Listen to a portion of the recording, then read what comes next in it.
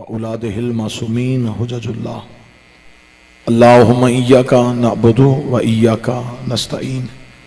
अस्सलातु वस्सलाम बित्तहिय्यत वल इकराम अला अशरफिल अंबिया वल मुरसलीन व औलादिहि तय्यबीन ताहिरीन अल मासूमीन व लअनल्लाहु तआला अला अअदाइहिम अजमईन व मुनकर फ़ज़ाइलिहिम व विलायतिहिम व मुसाइबिहिम।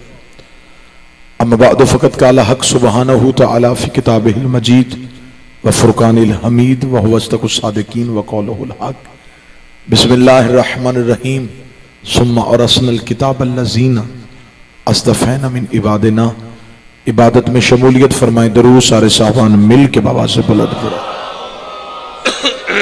मोहम्मदिन व आले। दुआ है मालिकान इज्जत बारगाह इज्जत में आए हुए हर साहिब इज्जत की इज्जत को महफूज फरमाए। अल्लाह बानियान के हाजरीन के रिज़्क़ मारिफत में और रिज़्क़ विलायत में इजाफा फरमाए। आखिरी सांस तक अकीदा हक पे इस्तकामत नसीब फरमाए। मौत की हिचकी हो जुबान पे विरदे अलीउन वलीउल्लाह जारी फरमाए। कब्र की पहली रात हो ज़ियारत अमीर नसीब फरमाए। क़यामत की सुबह हो शफ़ाअत शबीर नसीब फरमाए। मरने से पहले कब्र हुसैन की ज़ियारत नसीब फरमाए। हज बैतुल्लाह की सआदत नसीब फरमाए। मेरा मालिक वास्ता है औलाद रसूल का, वक्त की आखिरी हुज्जत, रहबर मुअज़्ज़म, सुल्तान ज़मा, आकाए दो जहां, वलीउल अम्र वल मुस्लिमीन व नबिय्यीन वल मुरसलीन, हकीकी आयतुल्लाहुल उज़्मा, हकीकी हुज्जतुल इस्लाम, सरकारे हजरत वलीउल आसर के मुकद्दस तरीन ज़हूर में ताजील फरमा। हमें उस मालिक का कुर्ब नसीब फरमा। नासरीन में हमारा शुमार फरमा। हमारे हर अमल पे हमारे मौला को हम पे राजी फरमा। दुआएं कबूलियत तक पहुंचाएं। सहारा दरूद का लें और बुलंद आवाज से सलवात पढ़ें। अल्लाहुम्मा सल्लि अला मुहम्मद। इजाजत है गुफ्तगू शुरू की जा सकती। मुझे हुक्म हुआ है जिस शहनशाह मुअज़्ज़म की दहलीज पे सजदा करने का, मैं कोशिश करूंगा कि मेरी जुबान से निकला हुआ हर लफ्ज उसी दहलीज पे पड़े हुए जर्रे को मवद्दत का काबा समझ के उसका तवाफ करें। उस शहनशाह मुअज़्ज़म का जिक्र कैसे बयां हो जो आज भी जमाने में हुज्जत इलाहिया की हैसियत से मौजूद। उस मालिक की तारीफ व तौसीफ कैसे बयां हो जिसकी हैबत अली जैसी, हुस्न हसन जैसा, करीमी हुसैन जैसी, इबादत सज्जाद जैसी, हिल्म बाकर जैसा, सिद्क जाफर जैसा, गजब काजम जैसा, अता रजा जैसी, मोहब्बत तकी जैसी, नकावत नकी जैसी, हैबत अस्करी जैसी, गैबत अल्लाह जैसी। बिस्मिल्लाह। ए आले बिस्मिल्लाह।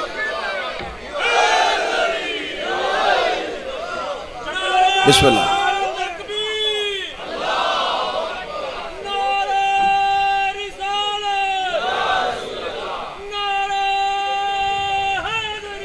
यार जंगलों में, पहाड़ों में, अरब के गुजारों में, कुरान के 30 पारों में नारे हैदरी। यार बिस्मिल्लाह। उस शहनशाह मुअज़्ज़म का जिक्र इंसान से बयान कैसे जो आज भी हुज्जत इलाहिया की हैसियत से मौजूद।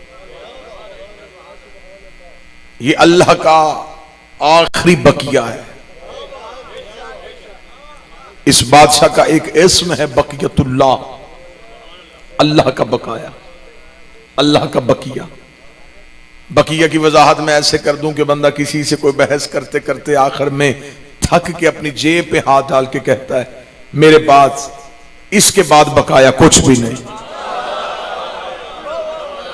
जिसके बाद कुछ भी ना रहे उसे बकिया कहते हैं। जो हाथ अभी भी तायीद के लिए नहीं उठा, अल्लाह ने इस नूर को इंसानियत को दे के कहा हदायत लेनी हो तो ले लेना, इसके बाद मेरे पास भी कुछ नहीं है। जिसके बाद तौहीद का खजाना भी खाली हो जाए, उस अल्लाह के आखिरी बकिया को हुज्जत इलाहिया के वारिस को कायम कहते।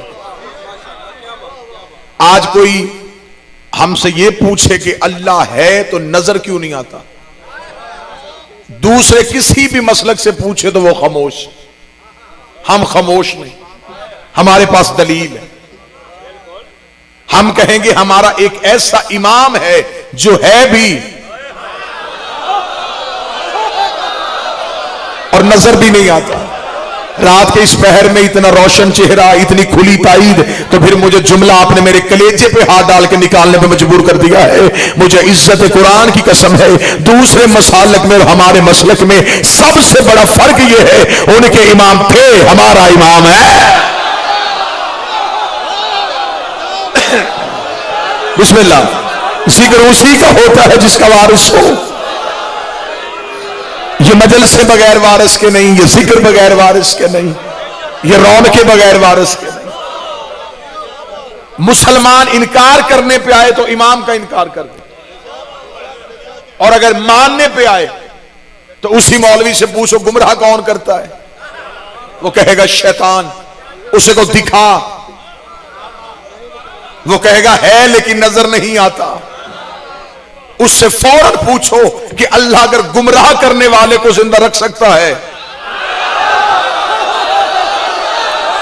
तो हिदायत करने वाले को जिंदा नहीं रख सकता। ये तो अपने अपने नसीब की बात है। किसी का शैतान जिंदा है, किसी का इमाम जिंदा, क्योंकि ये अदल इलाहिया के खिलाफ है।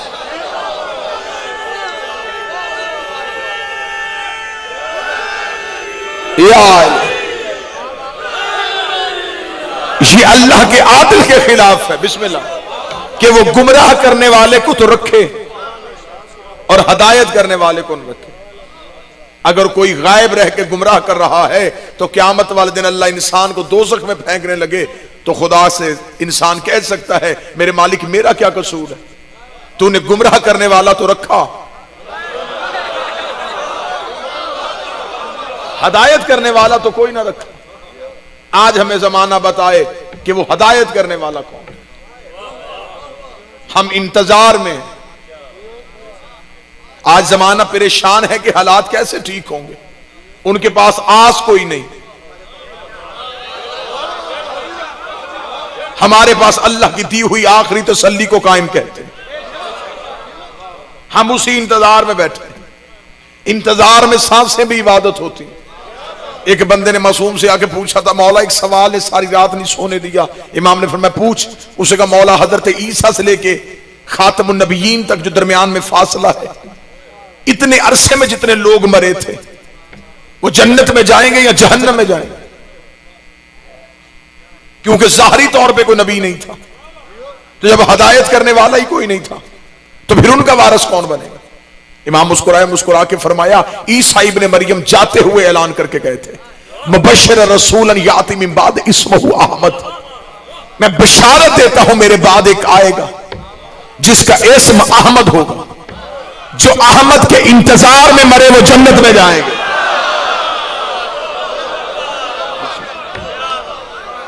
जो इनकार अहमद में मरे वो दोज़ख में जाएंगे। इसका मतलब है कि वक्त के मोहम्मद का इंतजार भी इबादत है, सांसें भी इबादत है।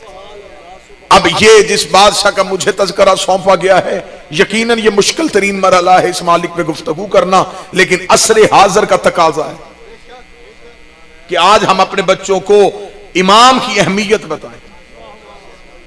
ये सारे शिया बच्चों को जब 12 इमाम याद करवाए जाते तो उन्हें कहा जाता है कि बेटा हमारे आखिरी इमाम हैं, मौजूद है जमाने में, लेकिन इसके आगे बच्चों को नहीं बताया जाता कि वो कहां हैं, कब से हैं, किस वजह से हैं।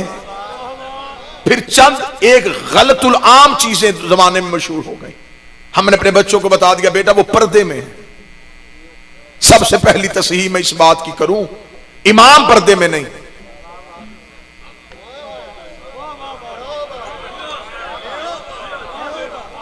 इमाम को हमसे छुपने की क्या जरूरत है?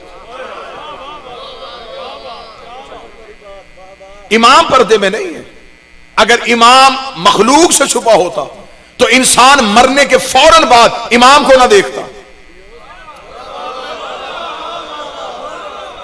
उसके मरने के बाद जब उसने पहली जियारत इमाम की तो इमाम ज़ाहिर नहीं हुए, इंसान के पर्दे पीछे हुए।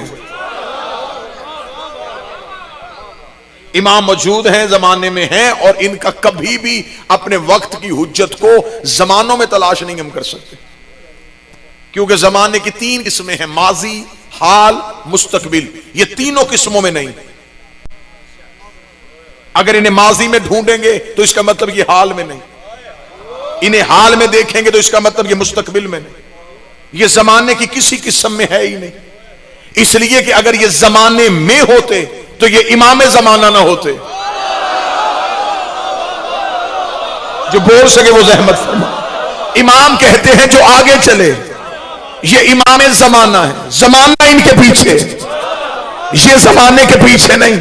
अब मैं जगाने के लिए एक सत्र कह देता हूं कि बंदे ने, अबू बसीर उसका नाम था, उसने इमाम सादिक से आगे सवाल किया। उसने कहा मौला जब भी कोई मसला आता है हम आपकी बारगाह में आते हैं, आपसे सवाल करते हैं, आप जवाब दे देते हैं, लेकिन आप ही कहते हैं कि हमारा एक वक्त का एक बेटा आएगा जो एक तुलानी क़यामत के बाद जमाने में जाहिर होगा। तो मौला उस दौर के शिया मसला किससे पूछेंगे? मौला उस दौर के शिया रहनुमाई किससे लेंगे जिस दौर में से आप में कोई नहीं होगा? इमाम का जाहिल न बन, वो कौन सा दौर होता है जब हम नहीं होते?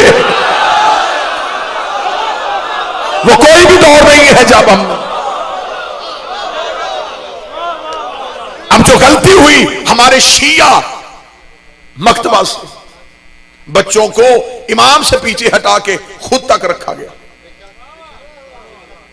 इमाम गैबत में है, हम इमाम के बाद वारिस हैं, आप दीन हमसे दरियाफ्त करें। तो अगर हमने इमाम के बाद गैर मासूम ही की नियाबत को मानना है तो फिर हमने खिलाफत को क्यों नहीं माना?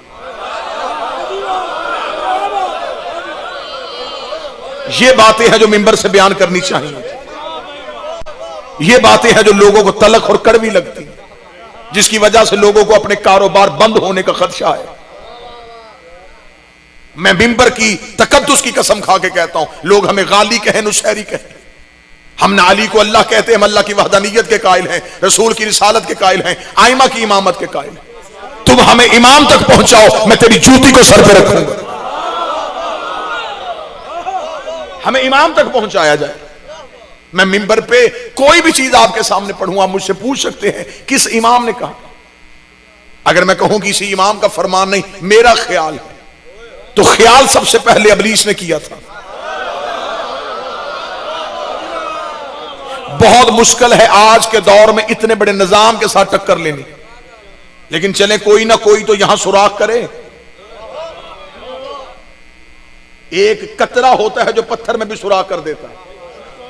लिहाजा ये रेत पे तैयार की हुई इमारत को गिराने के लिए अकीदों का बेहतर होना, और मैं जुमला कहूंगा, अल्लाह जाने ये जुमला यहीं से इंसाफ कर देगा कि मुझे कितना इमाम पढ़ना है और कैसे फजाइल आपको सुनाने हैं। मैं सतर पढ़ के अंदाजा करने लगा हूं। आज जो बंदे कहते हैं इमाम तक जाने की जरूरत नहीं, जब हम मौजूद हैं तो हमसे पूछ लिया करो। प्यासे का काम है चश्मे को ढूंढना, प्यासे का काम है कि वो चश्मे की तलाश में रहे। अब अगर कोई प्यासा चश्मे को ढूंढे ही ना और नाली से पानी पी ले, इसमें चश्मे का क्या कसूर है?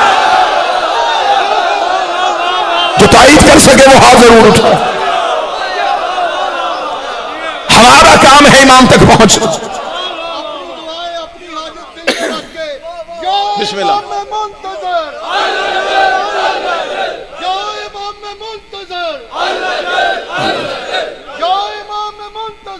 अल्लाह चल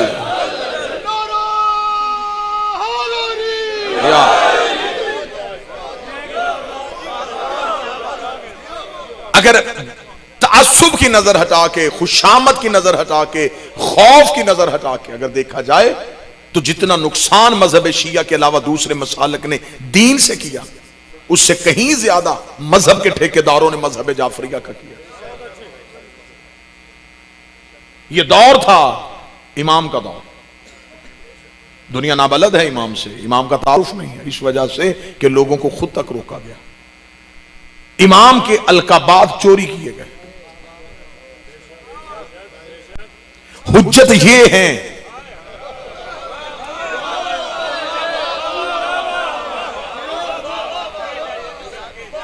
ये है अल्लाह की हुज्जत है। हुज्जत का तर्जमा आम जाके डिक्शनरी से उठा के देखना, हुज्जत किसे कहते हैं? जो आम तर्जमा आपको मिल जाएगा उसे कहते हैं दलील। हुज्जत कहते हैं दलील को। हुज्जतुल्लाह, अल्लाह की दलील। अल्लाह की दलील सिवाय मासूम के कोई नहीं। ये अल्लाह की दलील है, अल्लाह दावा है, ये दलील है। इनसे पता चलता है कि वो है। लफ्ज़ हुज्जत का जो तर्जमा, असल तर्जमा है, वो तर्जमा क्या है? मैं वो तर्जमा पढ़ दूं और उस तर्जमे के बाद फिर आप जिसको मानते हैं आपको उसकी कसम, आप पूरी जिंदगी इस तर्जमे पे परखिएगा, इस म्यार पे कोई उतरे तो फिर उसे हुज्जत कहिएगा।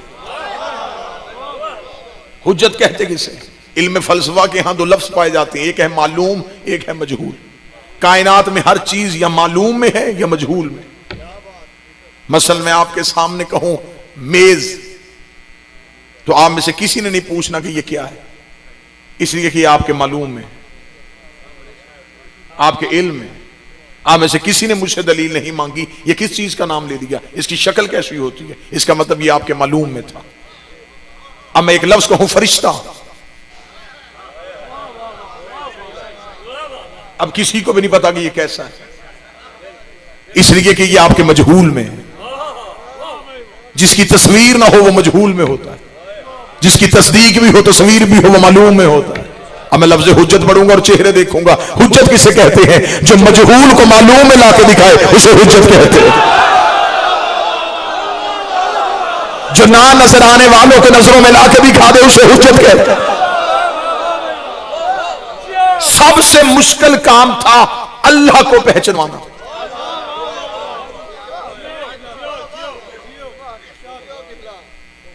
अपने आप को भी रखना है और उसकी वहदानियत को भी मनवाना है।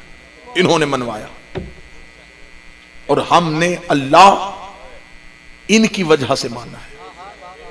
सिवाय इनके हमारे पास इनके अलावा कोई दलील है ही नहीं। ये है हुज्जतुल्लाह, इसे कहते हैं अल्लाह की हुज्जत। अब जिन बंदों ने दीन से हुज्जत को निकाल दिया है, जो कहते हैं कि मजहब में सिर्फ अल्लाह चाहिए, कुरान चाहिए, अमाल चाहिए, हुज्जत की अहमियत नहीं। फिर अब मैं मजमे को जगाने के लिए जुमला कहता हूं, हुज्जत का सबसे पहला इनकार इब्लीस ने किया था।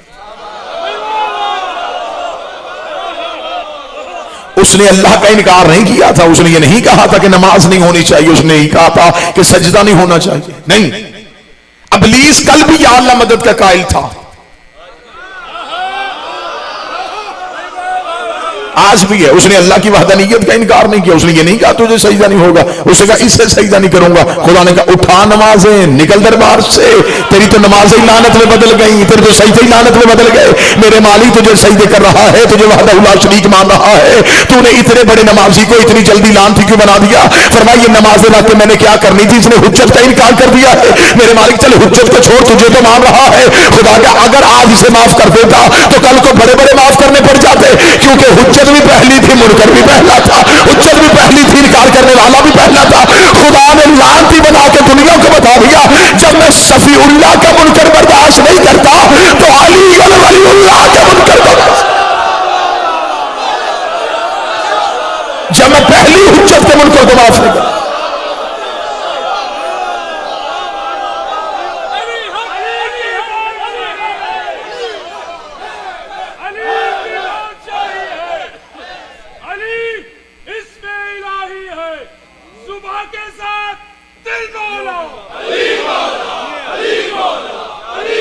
बिस्मिल्लाह। जिनके दिलों में वलायत अली का समंदर धागे मार रहा है, अपनी अपनी माओ की ताकत साबित करने के लिए पूरी ताकत के साथ यकजुबान होकर आज के इस मैदान को मैदान खून बना दो। पूरी ताकत के साथ दोनों हाथ बुलंद करके एटम बम, सुपर पावर, शहीद मिसाइल,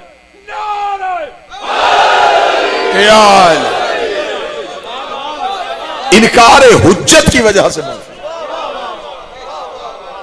कोई बंदा गलत फहमी में न रहे कि मैं अल्लाह को सजदे करके राजी कर लूं। दीन से हुज्जत निकल जाए तो दीन दीन नहीं रहता। अब मुझे जुमला भी पढ़ने और जुमला पढ़ने के फौरन बाद चेहरे भी पढ़ने हैं। इबादत से अली निकल जाए तो बुत परस्ती रह जाती है। अगर हाथ उठ गए तो मैं अगला जुमला ताईद के लिए कह देता हूं। रोजे से अली निकल जाए तो भूख हड़ताल रह जाता है। हज से अली निकल जाए तो हमारा गलती रह जाती है।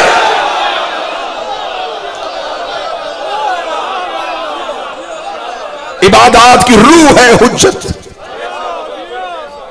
कबूलियत अमाल होगी तो हुज्जत की वजह से।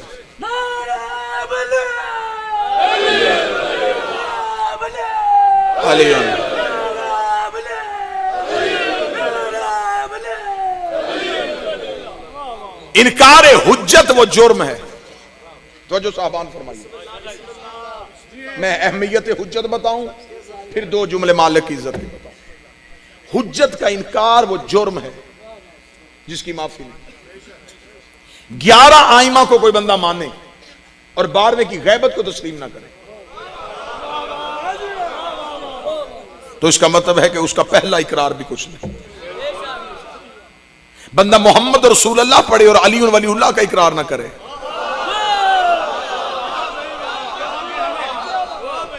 बंदा पढ़े मोहम्मद रसूल अल्लाह और ला इलाहा इल्लल्लाह का इकरार ना करे, इसका मतलब है कि हुज्जत वो है जो इधर बंदों से जुड़ी हो उधर अल्लाह से जुड़ी हो। इनकार हुज्जत की वजह से खुदा माफ नहीं करता। अबलीस का सिर्फ कसूर यह था कि उसने हुज्जत का इनकार किया, खुदा ने लानती बना दी। नूह की बीवी, नूह का बेटा अल्लाह के इनकार की वजह से नहीं मारे गए। अगर इनकार परवरदिगार की वजह से मारे जाते तो नूह के घर में मर जाते। नूह के घर के अंदर रह के इन्होंने अल्लाह का इनकार किया, लेकिन जब हुज्जत का इनकार किया खुदा ने बेटा भी न बख्शा।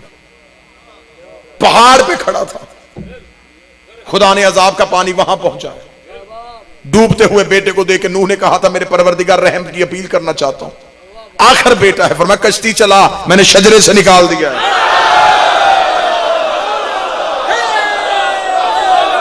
नहीं नहीं नहीं नहीं, सतर ये नहीं थी, सतर इससे आगे है जिसकी मुझे आपसे ताई चाहिए और उठे हुए हाथों से ताई चाहिए। खुदा की आवाज़, कश्ती चला, मैंने तेरे शजरे से निकाल दिया है। मेरे मालिक सुल्ह तो मेरे में था, फरमाया तेरे सुल्ह में था, लेकिन तेरी हुज्जत का इनकार किया है, तेरे इख्तियार का इनकार किया है, मैंने तेरे शजरे से निकाल दिया है।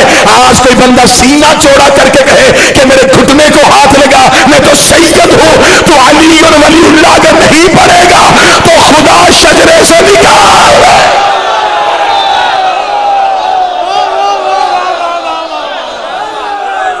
निकल जाएगा शजरे से।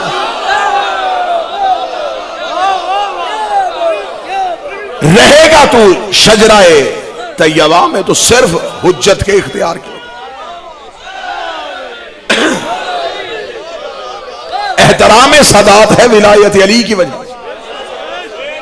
मैं 2019 के सैयद को देखूं या अपने छठे इमाम को देखूं, मेरा छठा बादशाह फरमाता है कि मुझे अली का बेटा होने पे फख्र नहीं, मुझे अली की विलायत पे होने पे फख्र है।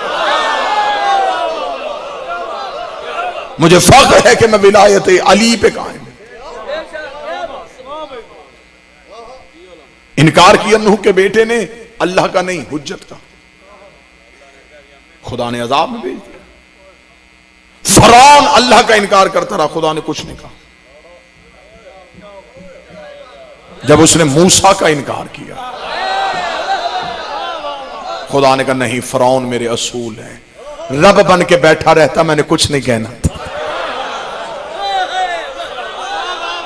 तूने मेरी हुज्जत का इनकार कर दिया।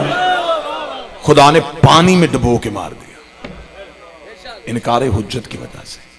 शदाद अल्लाह का इनकार करता रहा, नमरूद अल्लाह का इनकार करता रहा, कुछ नहीं कहा। जिसने हुज्जत को छोड़ा अजाब आया इनकार हुज्जत की वजह से। सिर्फ और सिर्फ जिसने हुज्जत का इनकार किया, बिस्मिल्लाह सरकार, बिस्मिल्लाह, वाजिबुल एहतराम काबिल साद एहतराम भाईजान तशरीफ ले आए। इनकार हुज्जत की वजह से खुदा ने अजाब में मुब्तला कर दिया। अबलीस सजा याफ्ता हुआ इनकार हुज्जत की वजह से। नूह का बेटा सजा में मुब्तला हुआ इनकार हुज्जत की वजह से, फरौन पे अजाब आया इनकार हुज्जत की वजह से, शदाद और नमरूद अजाब में मुब्तला हुए इनकार हुज्जत की वजह से। लफ्ज यहां पे है और यहीं पे मौजू खुलने लगा है। गदीर के चौक में जिसने इनकार किया था उसने अल्लाह का नहीं किया। बादशाह हुसैन ने हाथों को सलाम, उसने इनकार कर दिया था विलायत अली का। मैं चेहरे पढ़ना चाहता हूं, ये नबी की जिंदगी में पहला मुकस्सर था जो नबी के सामने उठ के खड़ा हो गया था। इसने कहा मैं अली वलीउल्लाह का इकरार नहीं करूंगा। खुदा ने पत्थर भेज के बता दिया कि मैं ला इलाहा का मुनकर माफ कर सकता हूं, अली वलीउल्लाह के मुनकर को माफ।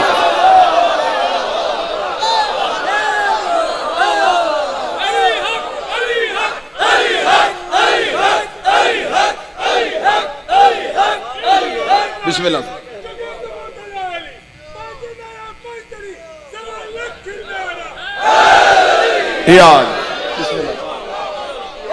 अजाब किस लिए आया? सिर्फ और सिर्फ मुझे किसी मौलवी से कुरान के हाशिए पे लिखवा के दो। उसने अल्लाह का इनकार किया था, उसने सिर्फ विलायत अली का इनकार किया था। अजाब वाजिब के इनकार पे होता है,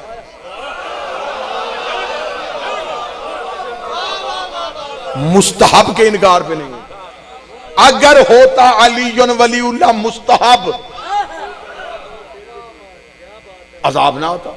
खुदा ने अजाब भेज के बता दिया कि इसने वाजिब का इनकार किया।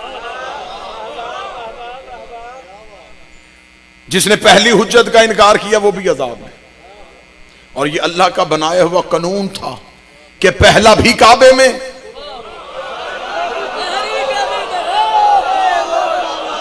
आखिरी भी काबे में। पहला काबे के अंदर,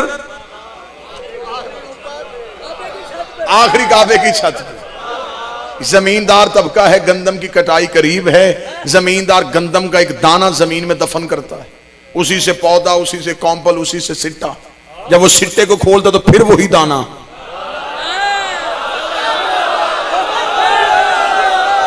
जिसे छुपाया था जाहिर भी वही होता है, जिसे अल्लाह ने काबे के अंदर छुपाया था जब कायम आएगा तो काबे की छत पे आएगा। काबे की छत पे आएगा मेरा आखिरी बादशाह। पहले आए थे काबा के अंदर। और यहां मैं जुमला कहना चाहूंगा, 13 रजब को मादरे अमीर अल मोमिनीन बीबी घर से चली थी। आपने पूरे रजब के जश्न सुने, आपने जाकिरीन वाइजीन खुतबा उलमा से सुना। बीबी घर से निकली, रुकने यमानी के करीब पहुंची, दीवार फट गई, बीबी काबा के अंदर चली गई। 13 रजब बीबी काबा में रही, 14 रजब बीबी काबा में रही, 15 रजब बीबी काबा में रही, 16 रजब तक बीबी काबा में तौहीद की मेहमान रही। मुझे किसी फटी से फटी किताब से साबित करो, इन 3 दिन 3 रातों में एक दिन भी हजरत इमरान ज़ौजा को ढूंढने के लिए निकले, एक दिन भी रसूल अपनी अम्मा को ढूंढने निकले हो। रसूल भी घर में रहे, हजरत इमरान भी घर में रहे।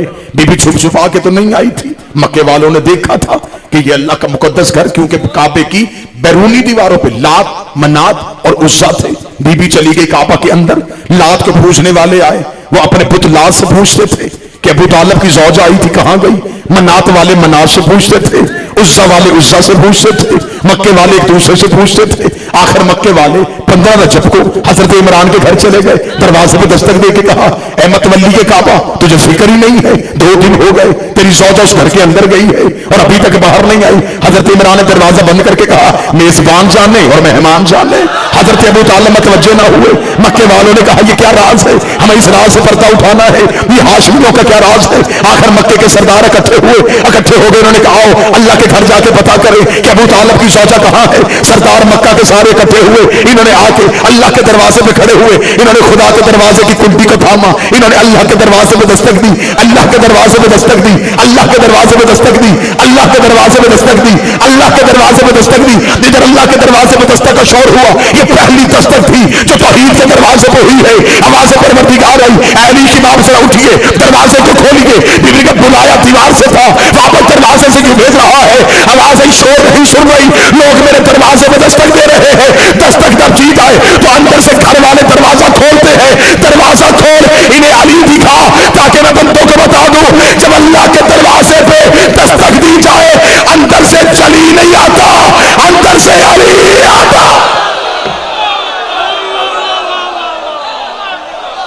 जब अल्लाह के दरवाजे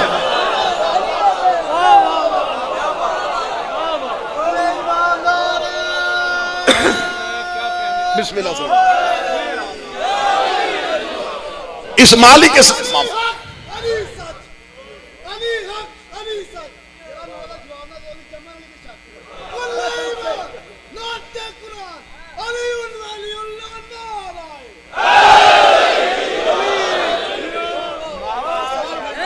ज़हूर कायम के हम करीब हैं। गैबत इमाम हमसे चाहता है, इमाम की गैबत में हमारी जिम्मेदारियां क्या है, तवस्सुल इमाम का तरीका क्या है। आज का शिया इमाम से राब्ता कैसे कर सकता है? शौक की वजह से नहीं होगा, इश्क की वजह से होगा। ये सब मानते हैं हमारे इमाम मौजूद हैं, जाहिर हैं, जमाने में हैं, और इमाम ने अपने मकामात के बारे में भी बताया हुआ है कि मैं कब कहां होता हूं। एक शख्स ने तौकी में इमाम से पूछा था, मौला आपसे मुलाकात कैसे मुमकिन है? इमाम ने फरमाया, हम मिलते हैं, तुम हमें पहचानते नहीं।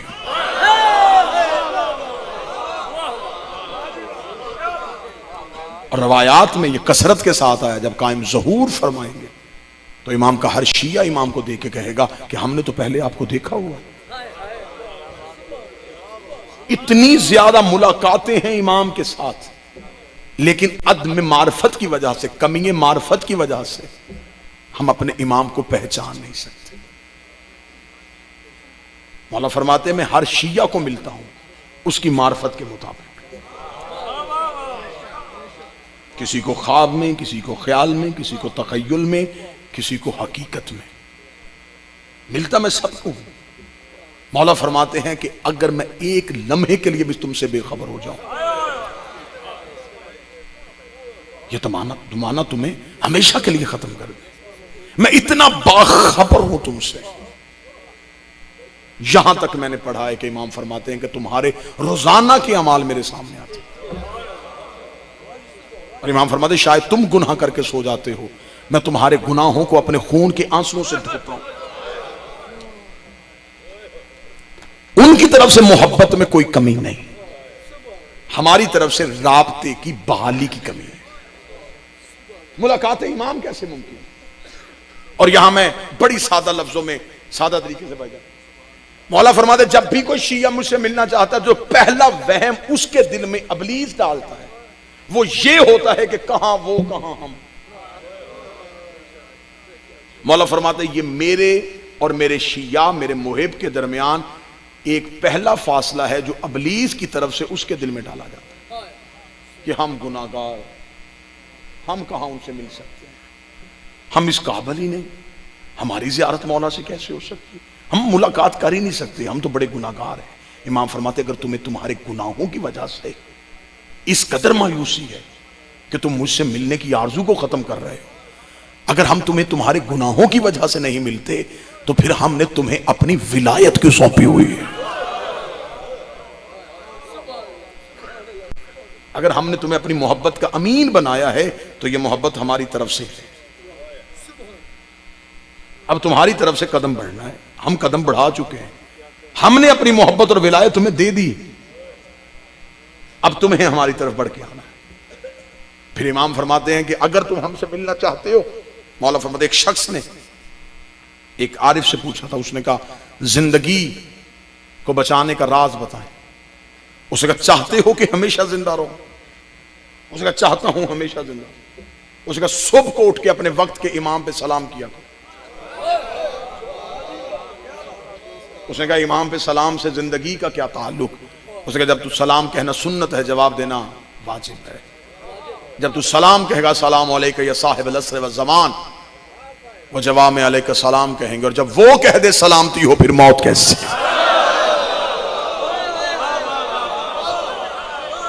जब उनकी जुबान से निकल आए कि सलामती, फिर मौत कैसे? घबराहट तब आती है जब हमारी तरफ से राब्ते की कमी मुमकिन होती है।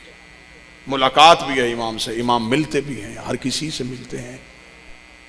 सिर्फ और सिर्फ इमाम चाहते हैं कि इश्क पैदा किया जाए, वो जज्बा पैदा किया जाए। एक चीज ने और मायूसी मेरी कौम में पैदा कर दी कि 313 इमाम के लश्कर में होंगे, तो हम तो 313 में हो नहीं सकते, इतने इतने जय्यद लोग बैठे हुए हैं, उनके होते हुए हमारी कहां नंबर आ सकता है। 313 मेरे मौला के लश्कर के कमांडर हैं। लश्कर मौला का लाखों में है। ये 313 जो हैं ये वो हैं जो सिपा सलार हैं मेरे मौला के। इनमें से 4 नबी हैं जो सिपा सलार हैं, इनमें माल के अस्तर भी हैं, इनमें हजरत अबुल फजल अब्बास भी हैं। ये कायम के लश्कर के सिपाही हैं। हजरत अबुल फजल अब्बास कायम के लश्कर के सिपाहियों में से। फिर मुझे जुमला कहने की इजाजत दीजिए, जो हुसैन का सिपा सलार हो वो कायम का सिपाही होता है। एक शख्स ने सवाल किया था और वो सवाल मौला से ये था, उसने कहा मौला अगर खून हुसैन का बदला वक्त के इमाम आखिरी इमाम ने लेना है तो ये बदला जनाब सैयदुल साजिदीन को लेना चाहिए था, अमीर मुख्तार ने क्यों लिया? हुज्जत के होते हुए गैर मासूम ने खून हुसैन का बदला क्यों लिया? फरमाया बदला खून हुसैन अभी बाकी है, वो है मुंतकमुल्लाह के नाम पे, मेरे 12वें पे। उसे कहा मौला सज्जाद ने बदला क्यों ना लिया, ये 12वें की सूरत में क्यों है? जितना खूबसूरत जवाब इमाम ने दिया। इमाम ने फरमाया अगर मौला सज्जाद बदला लेते तो सिर्फ उस दौर के यजीदियों से लेते,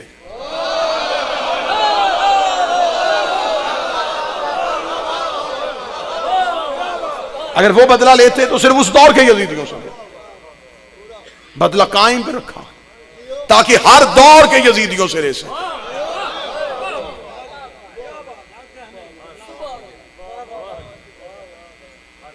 फिर जब आएंगे और मुअज्जन होगा मेरे कायम का हजरत ईसा,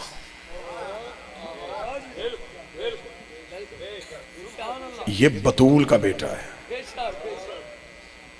ये मेरे कायम का मुक्तदी है, इंतजार में है और मौला के पीछे नमाज पढ़ेंगे। इतना मुझे बता दीजिए, हो सकता है मैं तालिबे इल्म हूं, मेरी मालूमात में कमी हो सकती है। हजरत ईसा नबी हैं, ये इमाम है, ये नबी हो के इमाम के मुक्तदी हैं। अब मुझे सिर्फ इतना बताइएगा कि हजरत ईसा क्या नुतफे से हैं?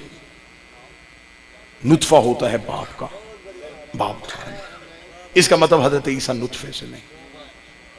अब मुझे दूसरी बात का जवाब दे दीजिएगा, जो पिछले मुसल्ले पे है वो तो नुतफे से नहीं,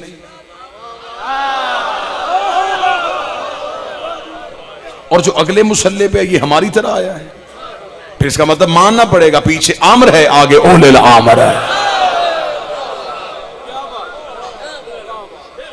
हर शिया अपने घर में इमाम की सदा को सुनेगा। इमाम फरमाते वो जैसी जुबान समझता होगा हवा उसे उसके जुबान में पैगाम पहुंचाएगी। इमाम साइंस की तरक्कियां बिल्कुल खत्म हो जाएंगी, रुक जाएंगी, जमाना बिल्कुल अपनी हरकत को छोड़ देगा, बिल्कुल वैसे ही जैसे मेराज में रसूल गए तो जमाने ने हरकत को छोड़ दिया था। नब्जों पे हाथ रखा जाएगा और इससे बेहतर जो सबसे अगला जो मजमून इससे बेहतर है वो काश मिंबर से पढ़ा जाए, वो रज्जत का मजमून। क्या रज्जत क्या है? जब पलटेगा जमाना, जब कायम की शाही होगी, जब सादात के घर आबाद होंगे, फिर उस वक्त इमाम के लश्कर की हालत क्या होगी। मेरा मालिक हमें कायम के नासरीन में से शुमार फरमाए। आज के दौर का सबसे बड़ा वजीफा है कायम का ज़हूर मांगना। इमाम फरमाते हैं कि अगर तुम मेरे आने से पहले मर गए लेकिन तुमने मेरा ज़हूर मांगा तो मैं वादा करता हूं मैं तुम्हें लेने तुम्हारी कब्र पे आऊंगा और आके कब्र पे कहूंगा कि उठ, तो मेरा ज़हूर मांगा करता। वाजिबुल एहतराम भाई तशरीफ ले आए। अल्लाह मेरी मिल्लत को बेदारी अता फरमाए, कायम की मोहब्बत अता फरमाए, हमें नुसरत के लिए तैयार करे। आके जमाने से पूछिएगा सिर्फ इतना बताओ मेरी दादियों का कसूर क्या था। एक दरबार में खड़ी रही, एक बाजार में खड़ी।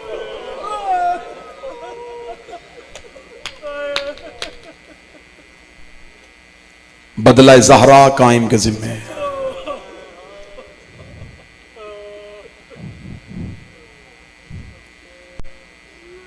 मराशी नजफी बहुत बड़े जय्यद आलिम दीन, उनकी किताब है मकाशिफात मराशी। इसमें उन्होंने अपने मुकाशिफात लिखे हैं। उसमें उन्होंने लिखा कि जब मेरी कायम से मुलाकात हुई, जहाँ उन्होंने मौला इमाम ज़मान से मुलाकात का तज़किरा किया है, उसमें उन्होंने लिखा, उन्होंने जब मेरी कायम से मुलाकात हुई तो मैंने देखा कि मौला की आंखों में खून के आंसू। मराशी नजफी कहते हैं कि मैंने रो के कहा, मौला ये तो मैंने रवायात में पढ़ा है कि आप करबला वालों को याद करके रोते हैं। मराशी कहते हैं कि मैंने मकाशफे में देखा कि इमाम ने अपनी मुट्ठी को खोला, मुट्ठी को खुलना था या इमाम के आंसू और तेज हुए। मराशी कहते हैं कि मैंने जल्दी से मुट्ठी में देखा क्या है, तो 3 लोहे की मेखें थी जो इमाम के हाथ में। मराशी कहते हैं मैं मुकाशफे में समझ ना सका, मैंने रो के कहा, मौला ये कौन सी मेखें हैं? इमाम का आंखों का लहू तेज हुआ। फिर मैं, ये वही मेखें हैं जिन्होंने मेरी दादी का पहलू जख्मी किया। आज भी जिसका सबसे ज्यादा दर्द है वो है दादी का जख्मी पहलू। आ मेरा मौला आगे जमाने से पूछे, बताओ दादियों का कसूर क्या था? एक बाजार में खड़ी रही, एक दरबार में खड़ी रही। रात आधी के करीब हो चुकी, बस ज्यादा से ज्यादा 3 नहीं तो 4 मिनट पढ़ूं। उजड़ के आई हैं अली की बेटियां मदीने वापस। बेटियां पे के घर में आए तो शरीफ बेटियां बाप को दर्द नहीं बताती, भाइयों को तकलीफें नहीं बताती। जख्मी तो बड़ी थी ना अली की बेटी। करबला में कब्र हुसैन पे गई थी तो चुप रही थी, कब्र अब्बास पे गई थी तो चुप रही थी। जी बड़ा था बीबी का कि मैं नाने को दर्द सुनाती, लेकिन बीबी ने भी गठरी खोल के हुसैन का कुर्ता निकाला था। कुर्ता निकाल के बीबी की आवाज आई, नाना एक बार कब्र से निकल के पहचानेंगे ये उसी का कुर्ता है जिसका लिबास जन्नत से आया था। अभी सिर्फ कुर्ता देखा, कोई सैयद बैठा मुझे माफ कर देना, अभी कुर्ता दिखाया था, ये कब्र रसूल पे जलजला आ गया। आवाज आई, या अली का कुर्ता हटा ले। रो कर दिया, नाना अभी तो मैंने बेटे का कुर्ता दिखाया और तेरी कब्र की दीवारें हिल गई हैं। नाना आधी रात होने दे, अकेली तेरी कब्र पे आऊंगी, चराग बुझा के मैं तुझे अपना लिबास दिखाऊं। कब्र रसूल कांप गई। आवाज आई, ना लिया। भाई का कुर्ता उठाया, रोती हुई हसन की कब्र पे आ गई।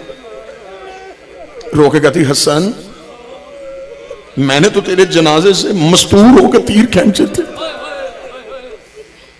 मुझसे कोई भी दर्द नहीं सुन रहा। हसन तुझे दर्द सुनाऊं? कब्र हसन हिल गई। आवाज आई, आलिया मुझे दर्द ना सुनाना। सैयद बैठे हो, आखिरी सदर पढ़ने लगा, माफ कर देना।